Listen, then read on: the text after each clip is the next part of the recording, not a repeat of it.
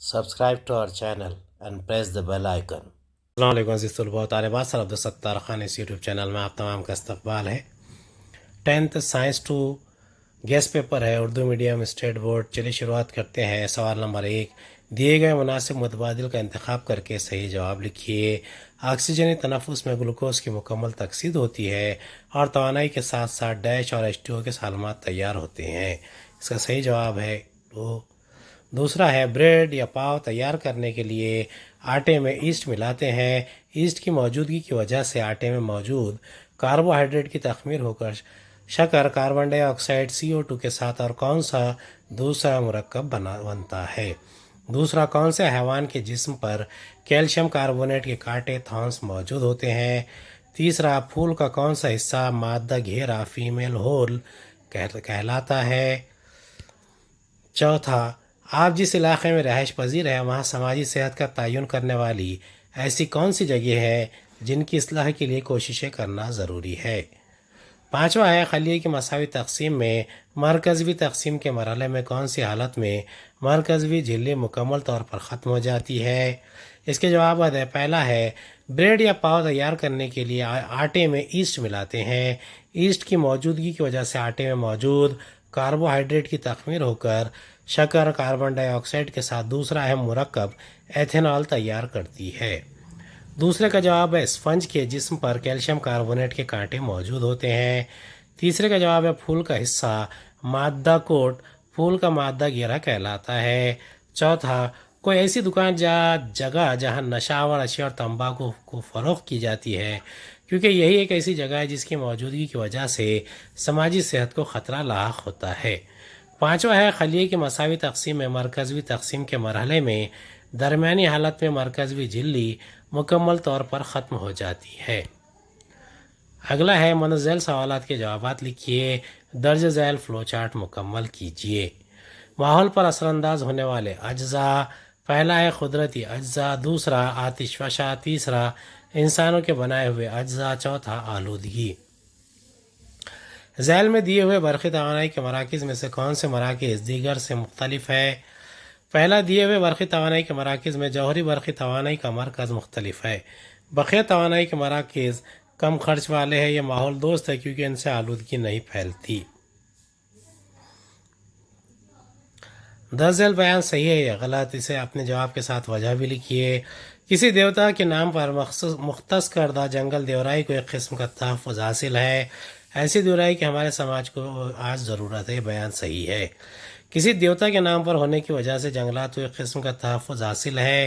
آج انسان اپنی ضروریات کے نام پر جنگلات اور ان میں رہنے والے جانوروں کا خاتمہ کر رہا ہے۔ ان کی ہمیں اور ہمارے سماج کو بہت ضرورت ہے۔ اگلا ہے، ذیل میں دی ہوئے آفات میں سے کون سی آفت دیگر آفات سے مختلف ہے؟ جواب کی وجہ لکھیے۔ زمین، چٹانوں کا کھسکنا، ٹڈی، فسادات، سیلاب، زلزلہ، یعنی متفرق جز الگ کیجیے، ایسا سوال ہے۔ دی ہوئی آفات کی قسموں میں سے فسادات مختلف ہے۔ دیگر تمام آفات کی قسمیں قدرتی ہے، جبکہ فسادات انسانوں کی پیدا کردہ اور جان بوجھ کر لائی ہوئی آفت ہے۔ اگلا سوال ہے، درج ذیل بیان کو مکمل کرنے کے لیے دیے گئے متبادلوں میں سے مناسب متبادل کا انتخاب کیجیے۔ چمگاڈر کا تعلق پستانیہ جماعت سے ہے کیونکہ چمگاڈر کے جسم میں دودھ تیار کرنے والے غدود ہوتے ہیں۔ سوال نمبر 2 کا اے ہے، مندرجہ ذیل کی سائنسی وجوہات لکھیے، کوئی 4 نمبرات کے لیے۔ پہلا ہے، ماں باپ کی چند خصوصیات ان کے بچوں میں دکھائی دیتی ہے۔ اس کا جواب ہے، پہلا نقطہ ہے، نر اور مادہ زواجوں کے ذریعے والدین کے جین ان کی اولاد تک منتقل ہوتے ہیں۔ دوسرا، یہ جین توارثی خصوصیات کی ترسیل کرتے ہیں۔ تیسرا، چونکہ ان کی ترسیل والدین سے ان کی اولاد تک ہوتی ہے، اس لیے بچے کافی حد تک اپنے والدین سے مشابہ دکھائی دیتے ہیں۔ اگلا ہے، کیمیائی صنعت میں کیمیائی عامل انگیز کی بجائے مائکرو بائیوٹکس خامرے استعمال کرتے ہیں یا مائکرو بائیوٹکس خامرے ماحول دوست ثابت ہوتے ہیں؟ اس کا جواب ہے، کیمیائی صنعت میں کیمیائی عامل انگیز کی بجائے خوردبینی حیاتیات سے بنے خامرے استعمال کیے جانے کی وجوہات: پہلا، یہ خامرے کم درجہ حرارت، pH اور دباؤ پر بھی بہتر عمل کرتے ہیں۔ دوسرا، ان خصوصیات کی وجہ سے توانائی اور وقت کی بچت ہوتی ہے، تعقل روکنے والے مہنگے آلات کی ضرورت نہیں ہوتی۔ تیسرا، خامرے چونکہ مخصوص عمل ہی انجام دیتے ہیں، اس لیے غیر ضروری حاصلات نہیں بنتے اور تخلیص کا خرچ بھی کم ہوتا ہے۔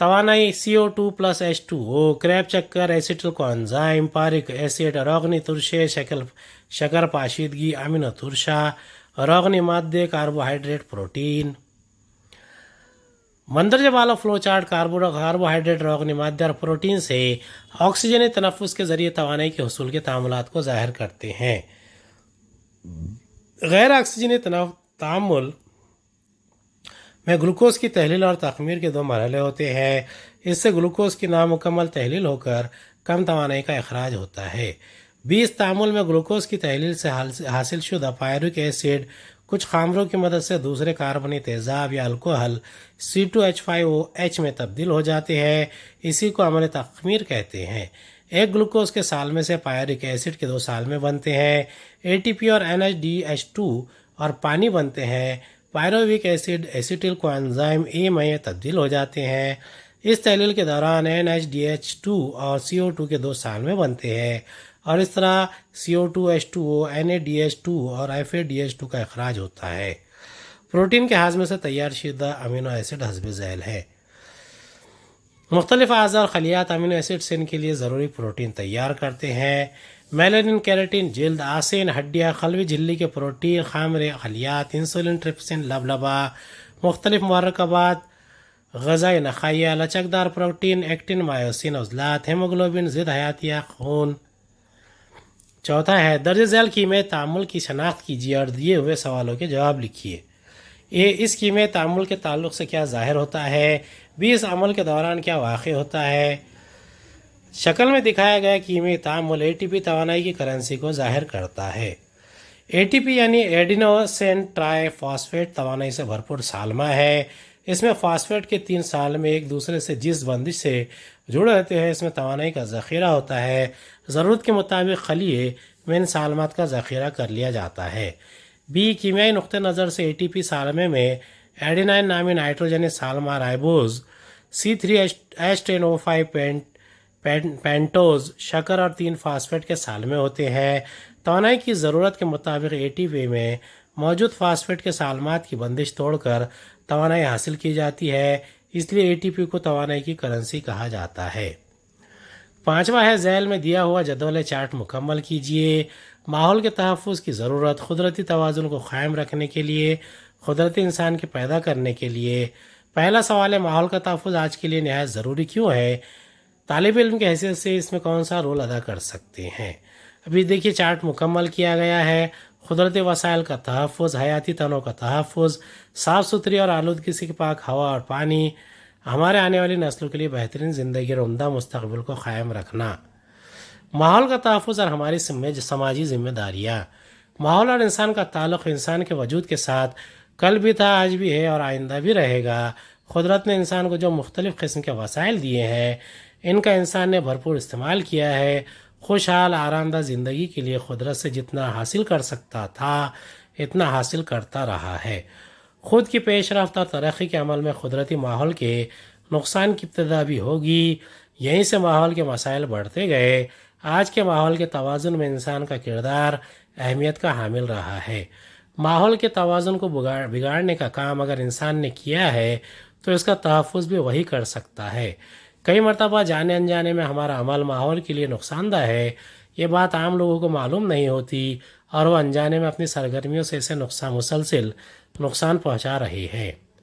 ویسے تو طالب علم مجھے میرے کئی ساتھیوں کو احساس ہے ہمارے ارد گرد کا ماحول خراب ہے، انسان کو ان کمزوریوں کا احساس دلانا ضروری ہے، لوگوں میں ذمہ داری پیدا کرے کہ ماحول کو صاف ستھرا رکھے، قدرتی وسائل کا صحیح استعمال کرے، آئندہ نسلوں کے لیے تحفظ کرے۔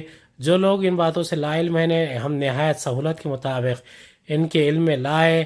ماحول کے تحفظ کے تعلق سے بنائے گئے قوانین جیسے جنگلات کے تحفظ کا قانون 1980 اور ماحول کے تحفظ کا قانون 1986 سے کئی لوگ ناواقف ہیں، لوگوں کو ان کی واقفیت کا احساس کرائے، کم از کم اتنا تو ہم کر سکتے ہیں۔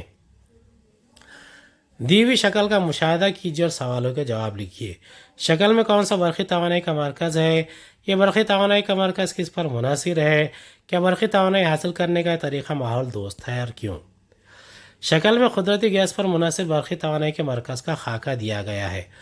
اس طریقے میں قدرتی گیس کے احتراق سے پیدا ہونے والے اونچے درجہ حرارت اور دباؤ کی گیس سے گھومنے والے ٹربائن استعمال ہوتے ہیں۔ یہ قدرتی گیس کی توانائی پر منحصر ہوتے ہیں۔ قدرتی گیس کی برقی توانائی کے مرکز کا رواں خاکہ ذیل کے مطابق ہے۔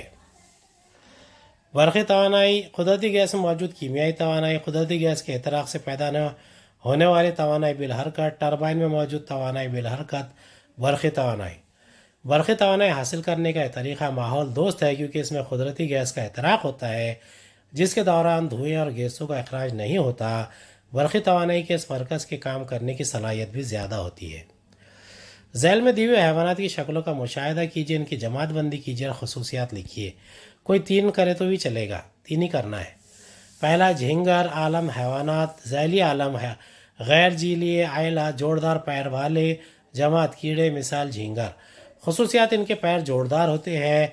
ان حیوانات کے جسم کے اطراف کائٹین سے بنا بیرونی ڈھانچہ ہوتا ہے۔ یہ حیوانات یک جنسی ہوتے ہیں۔ دوسرا ہے مینڈک، جماعت عالمی حیوانات، ذیلی عالم نخائیے، عائلہ فقریہ، جماعت جل تھلیہ، مثال مینڈک۔ خصوصیات، پہلا، یہ جل تھلیہ حیوان ہے۔ زمین پر یہ پھیپھڑوں سے سانس لیتا ہے، پانی میں نم جلد کے ذریعے سانس لیتا ہے۔ جاروں کے 2 جوڑیاں ہوتی ہے، بیرونی ڈھانچہ نہیں ہوتا، جلد پر صفنے نہیں ہوتے۔ کبوتر، جماعت بندی عالم حیوانات، عائلہ نخائیے، ذیلی عائلہ فقریہ، جماعت پرندے، مثال کبوتر۔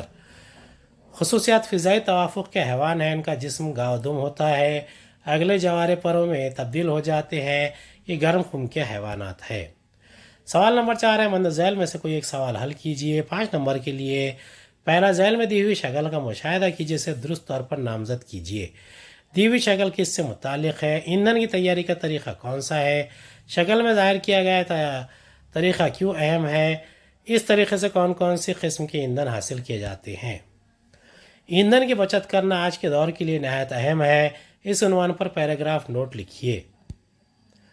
جواب، دی ہوئی شکل میں حیاتی ایندھن کی پیداوار کے مختلف طریقے ظاہر کیے گئے ہیں۔ 2، حیاتی ایندھن کی پیداوار میں ایندھن کی پیداوار عمل تخمیر کے ذریعے کی جاتی ہے۔ 3، حیاتی ایندھن کی پیداوار اس لحاظ سے اہم ہے کہ یہ ماحول دوست ہے اور آسانی سے دوبارہ استعمال کیا جانے والا وسیلہ ہے۔ یہ ایندھن آسانی سے دستیاب ہے اور کافی مقدار میں حاصل ہو جاتے ہیں۔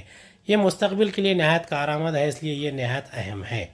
4، یہ ایندھن ٹھوس حالت میں کوئلہ، گوبر، فصل کے بچے ہوئے باقیات، مائع حالت، نباتی تیل اور الکحل، اور گیسی حالت میں کول گیس آسانی سے دستیاب ہوتے ہیں۔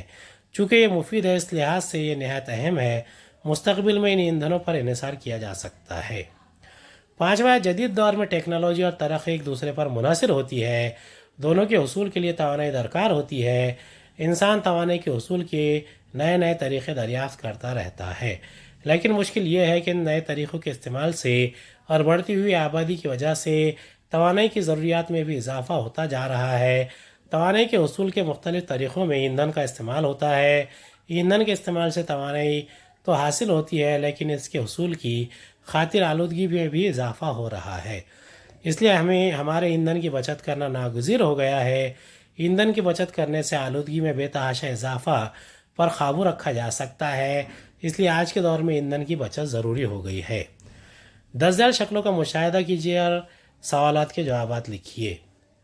ابھی دیکھیے یہاں پر 4 شکلیں دی گئی ہے۔ مندرجہ والا تصویروں سے کیا ظاہر ہوتا ہے؟ ہر تصویر کو درست طور پر نامزد کیجیے۔ دوسرا، شکل میں کون کون سے جاندار یکساں طور پر کس حیاتی عمل کا اظہار ہو رہا ہے؟ تیسرا، زندگی کے افعال میں والدین کے خلیات کی کیا اہمیت ہے؟ چوتھا، تمام افعال ہر جاندار میں کس لحاظ سے مختلف ہے؟ 5، ہر شکل کے بارے میں مفصل معلومات دیجیے۔ جواب ہے، پہلا نقطہ ہے، دی ہوئی تمام شکلوں میں یک قلوی جانداروں میں غیر جنسی تولید کے فعل کو ظاہر کیا گیا ہے۔ اے، دی ہوئی شکل میں پرکھے پیرامیشیم، دختر پیرامیشیم۔ بی، یوگلینا میں عمودی طور پر تقسیم دوئی۔ سی، پرکھے ایسٹ کا خلیہ، کلیاؤں کا عمل، نیا ایسٹ کا خلیہ۔ ڈی، پرکھے امیبا کے گرد خول، مرکزی اور خلیہ مائع کی تقسیم اور نئے امیبا۔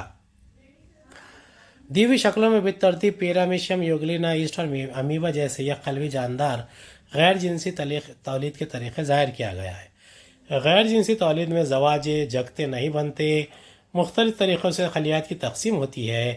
نئے مولود جانداروں اپنے اپنے پرکھوں سے مشابہت رکھتے ہیں۔